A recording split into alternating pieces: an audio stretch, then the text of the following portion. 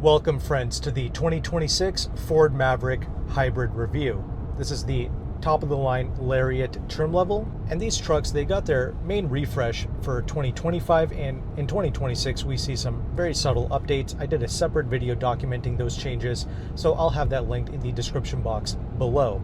But today I'm just really excited to present to you this hybrid because I always felt like this is the powertrain that made the most amount of sense for most families. And on paper, it doesn't sound that great. So we have this 2.5 liter 4-cylinder hybrid drivetrain producing a total system output of 184 horsepower. But we have some really good low-end torque, so you're able to get up to speeds without any real issue. And what I like about both the turbo 4-cylinder and this hybrid powertrain, it's the fact that, there's just no lag. The vehicle just responds immediately to your inputs, so well done there. And being that this is the all-wheel drive Lariat, this truck, it's rated to get 39 mpg in the city, 32 out on the highway. This is actually the worst fuel economy that you can get out of the hybrid Maverick. You can do better by going with the lower trim levels, and if you stick to just front-wheel drive only. But of course, this is still very efficient, and it's just a really good powertrain in my experience. Now, the turbo 4-cylinder, it is really impressive. It's a little rocket, quite frankly. Makes 250 horsepower, 280 pounds-feet of torque. However, one of the cons is Ford does actually recommend premium fuel with the turbo 4-cylinder.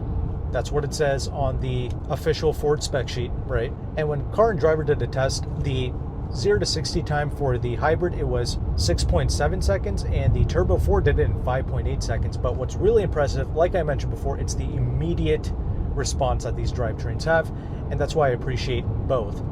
Now let's move on to some other aspects, like your everyday drivability. So this Maverick being the smallest truck, it is quite easy to drive and to place out on the road. It's not intimidating at all. In fact, there is a true, genuine joy in driving the Maverick. It's got some good character to it, and I suppose that applies to pretty much every Ford product, really. The Explorer, the Broncos, the Mustang, the larger trucks. I mean, they all have a very pleasurable daily driving character about them. It just feels fun. You don't have to be doing 300 miles an hour to enjoy these vehicles. Just doing your everyday speed limits. There's a fun factor and a charm about it. And your everyday handling, it's quite good, taking your everyday left-hand, right-hand turns, these long sweeping corners. You have some good confidence here. Yeah, all the inputs are proper, the steering, the brakes, it all responds really well, nice and progressive, good organic driving experience, right? The truck never really feels unnatural in any way. And how's the noise levels and the refinement? It's okay. It obviously lets in a bit more noise than one of the more luxury-oriented trucks like the Hyundai Santa Cruz, for instance. We don't have here like thicker double-pane glass being used on the front side windows or anything. Out on the highway, you do get some more noises coming through the underfloor, so yeah, it's not pure silence in here, but that's also kind of what contributes to the connection that you have with this truck when you drive it. And again, it's never annoying or obnoxious in any way. All the noises are pretty well contained for the most part. It's not a complete racket, nor is the 4-cylinder engine. Now the ride quality, I find it to be quite good.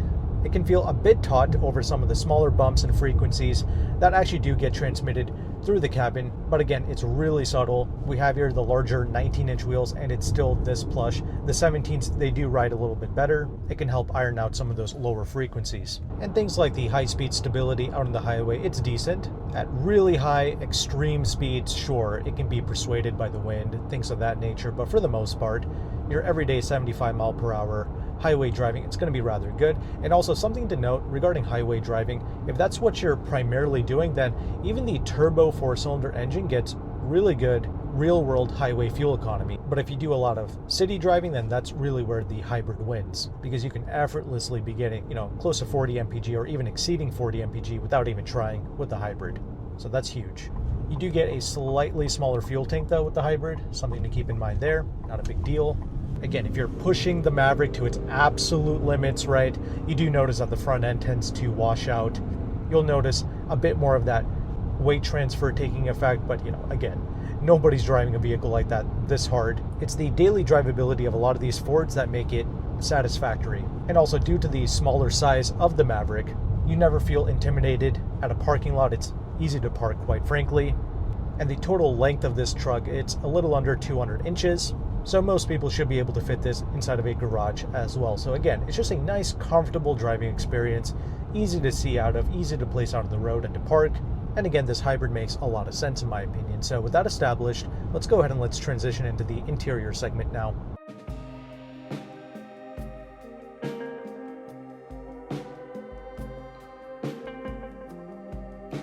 Okay, now that we are stopped, let's go ahead and let's quickly talk about this interior space. Being that this is the Lariat, this truck, it just naturally comes fully equipped, and this truck, it stickers for around $44,000 the way that you see it here. Thankfully though, you can really bring down that MSRP by skipping certain options and certain subscription type packages that this particular vehicle has. Like for instance, the tonneau cover itself, that's like $1,260. And again, there's some other subscriptions that you can cut out. So if you just went with the turbo 4-cylinder version of a Lariat, you can get that for under $40,000. And a well-equipped XLT, that's going to be about $4,000 less as well, again with the turbo 4-cylinder engine. And the pure base model, I don't know, I don't really recommend that. It's rather Spartan. That's kind of better suited for companies who want a fleet vehicle, although I guess some people might see the charm in driving such a basic vehicle like that, so there could be some fun there. Regardless though, what we have here, this Lariat, it is a beautiful cabin in my opinion. We have this navy pear color along with this smoked truffle, great two-tone look, and there's a decent sturdiness to this cabin as well. Kind of feels Toyota-esque in that way. And I like some of the details that they have on the door panel with this kind of geometric design. You kind of see it throughout on the dash as well. Although something to note, even on this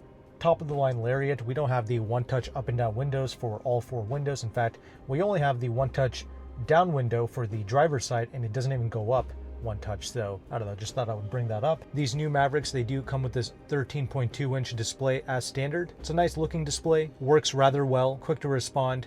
We also get the wireless Apple CarPlay and the wireless Android Auto as standard. However, they have really taken away many of the physical controls for your HVAC. They kind of embedded pretty much all of it into your infotainment screen here. So your fan speed, your temperature controls, your heated seats, heated steering wheel, all of that is controlled through this touchscreen. That's a con in my opinion. Again, it works well, it's quick to respond, but like how many of us have already expressed, we prefer the physical controls. And you have a couple down here for your volume knob, track selection, your camera screen, so you can bring that up at any time. And we do have the 360 camera here with this Maverick. Again, this truck, it's rather easy to drive and to park, so you know, the 360 camera, it's still a good touch, nice to have. Yeah, that Pro Trailer Assist, which works rather well. Love Ford's towing technology, one of the best. Even I can back up a massive trailer in a Ford vehicle, not even remotely an issue. And you pay a little over $700. Even on this hybrid model, you can actually tow up to 4,000 pounds. Now, it would be nice to see, you know, at least 5,000, because that's what the Santa Cruz can do.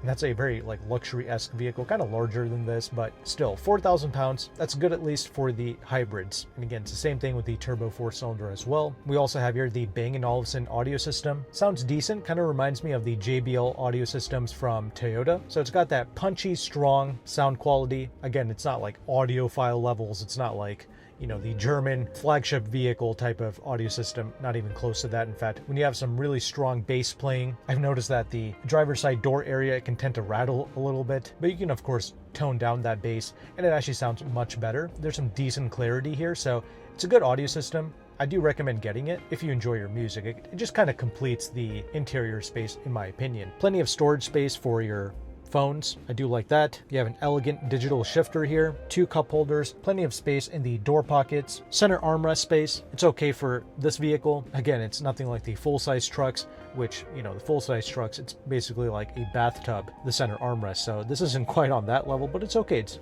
decent and it's useful. Glove box isn't bad, but we do not have here a sunglass holder, and we don't have any like garage door home link type of features. We do, however, have a sunroof. Now, next up, let's talk about these seats. These seats are exceptionally comfortable, very supportive, comfortable on a longer trip, and of course, I appreciate the way it looks with the navy pear on the sides and the smoked truffle inserts. Well done there. Now regarding the rear seats, so I am 5'11". I can easily get in and out of this truck. That's not remotely an issue. And yeah, I can fit behind myself. However, keep in mind, I do sit closer to the steering wheel than most people my size. However, Ford is smart. They gave us a generous amount of tow room space underneath these front seats, so that certainly helps out with the rear legroom. Now, if you're really tall, well over 6 feet, then yeah, it's going to feel a bit more constricted, but what do you expect? It's an entry-level truck. But I'm grateful because Ford really maximized the space that we do have. They've always done a good job with that with pretty much all of their vehicles, because you can flip up those rear seats and you have additional storage, and you still have some good door pocket space back there, and you even have a household outlet in the back as well. The Mavericks, they come with a 4.5-foot bed. Apparently Ford claims that you can have 18 sheets of plywood stacked on top in the back without loading them at an angle or anything. So again, very impressive. And of course, we do have the tonneau cover in the back as well. You can also just buy one separately yourself if you don't want to pay over $1,200 for the Ford tonneau cover. And yeah, once again, it's just a nice practical truck, and the rear tailgate doesn't open up electronically or anything. In fact, it just falls right away. There's no soft open, but I guess that's okay for this category of truck. Regardless though, it's well done, it's a good package. I still recommend it. So with that established, let's go ahead and let's transition into the interior segment now.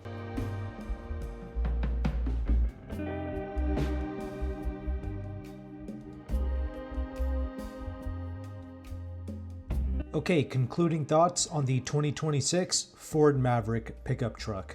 As you can see, I am a big fan of this truck, both with the turbo engine and with this hybrid powertrain. If you love the speed, certainly go for that turbo. But if you prioritize that city efficiency, then the hybrid is where it's at. Driving the truck, it's a joy. We have some good character, decent handling characteristics, a nice ride quality, even with these 19-inch wheels. The seat comfort also contributes to the comfort of this truck, so all great things. And for the size, Ford did a good job designing the truck and maximizing the space. I'm not a big fan of them removing the physical controls for the HVAC just so they can embed everything into the touchscreen. That's just a trend in the automotive industry that most journalists and consumers do not appreciate. And of course, the price of this truck, when it initially came out, it started at just under 20 grand. Well, fast forward to 2026, the truck now starts at just under 30 grand. And it's not like we have any overly incentivized finance or lease programs as of now for the Ford Maverick. In general, this is kind of like a cash purchase slash finance vehicle where you get a good rate from your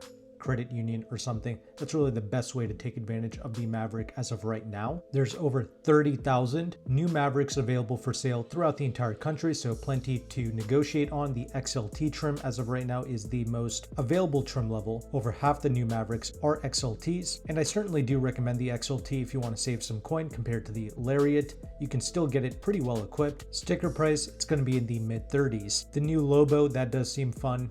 I would love to test one of those. But yeah, in the future, I hope Ford does introduce some type of a incentivized lease program with really low payments so a family can just test one of these Mavericks out, right? Because I feel like a lot of families would enjoy this more compact truck. It's all that most individuals really need. And a cheap lease for 2 to 3 years, I think that would make a lot of sense for a lot of families to just test the waters, right? So yeah, very enjoyable, fun experience with the Maverick. If you currently own a Maverick, let us know your ownership thoughts. And also, if you happen to find value with this content, make sure to check out some of the affiliate links that I have in the description box of this video, where I have links to high quality products and services. So if you want to support the channel, there you go. If you found value with this content, make sure to like and subscribe. Thanks again for watching. Take care and goodbye.